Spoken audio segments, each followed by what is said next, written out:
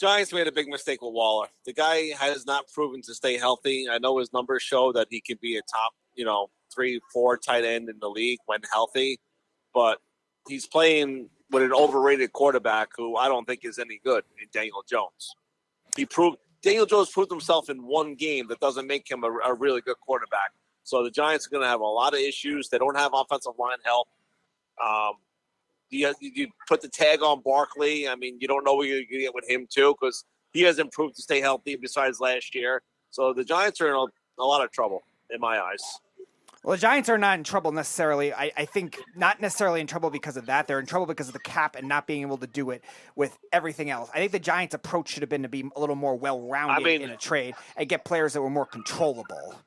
Yeah, but they don't have a receiving core. Who's the top receiver? They don't have anybody to throw the ball to. Beav, I know that. I was mixed on the trade. I didn't love it because of the cap hit. The Eagles, I like it because of the value. are still going to be a good team, and the Cowboys just got better. I don't know about that. The Eagles lost Darius Slay. They released him. One of the best corners in the league. They let him go for nothing. Yeah, they didn't trade him. They're still good. They still have a great front seven. They still have a good defense. They signed Bradbury, which was a good signing, but they lost. They still have a good offense. So the Eagles are still going to be tough. The Eagles have lost players this offseason. They added some players, but they lost players. They added Penny, but they lost Sanders. They're losing players. Now, are they? Go ahead. No, you don't think they're going to be as good? I don't know.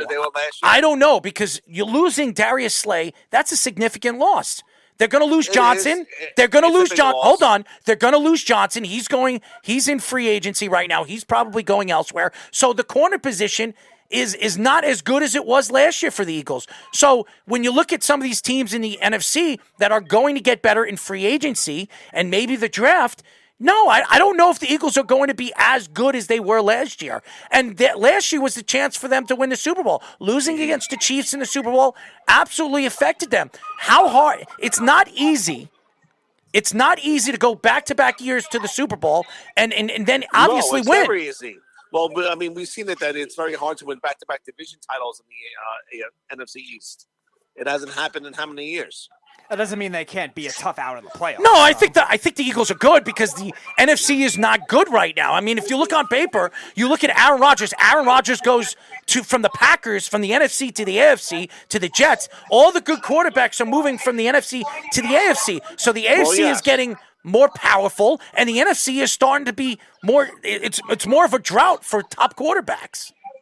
Well, yeah, I mean, you're right, 100%.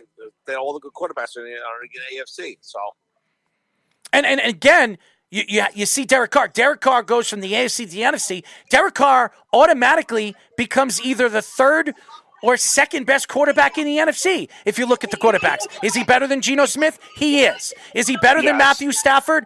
I don't know. I don't know how healthy Matthew Stafford is. Matthew Stafford is. So we don't know what Matthew Stafford is going to come back as. And they're not going to be any good either because they just lost Jalen Ramsey and they're trading away pieces because they need talent and they want to build from the defensive side of the ball to the offensive side of the ball with Sean McVay. And yes, Mike LaFleur, who's no longer with the Jets. So you sit there and then you look at the NFC East. Yeah, the Giants are getting better. You say it's not a good move for the Giants. Well, if you look at Darren Waller. Well, Hold on. It's not a good move because he can't stay healthy. Is Darren Waller automatically, is Darren Waller one of the top three tight ends in the NFC automatically? He is. Said that he is when healthy. All right. If he stays healthy with the Giants, maybe it was Oakland. I mean, maybe it was Vegas not taking care of him. When healthy. All right, so why are you saying it was such a bad move? The guy has proven to stay healthy. All right, and if he stays healthy, is it a bad move? No, then it's not a bad move. No. So the Giants are taking a shot. I don't think the guy can stay healthy. All right. And the Giant, he could decide to opt out of his contract. If he has a good year with the Giants, he could say, you know what, I'm going to opt out of the contract. But if he opts out of the contract, he's 31, he'll be 32 next year. Nobody's going to give him $12 or $13 million a year that he is going to get. So he's going to opt into that contract. And if he turns out to be healthy and he turns out a good season, which I think he's capable of doing with Dable, who loves tight ends, ask Knox over there in Buffalo. He likes the big wide receivers, and he likes the tight ends. He can't stay healthy. I just don't think he is. Given what we've seen from this guy.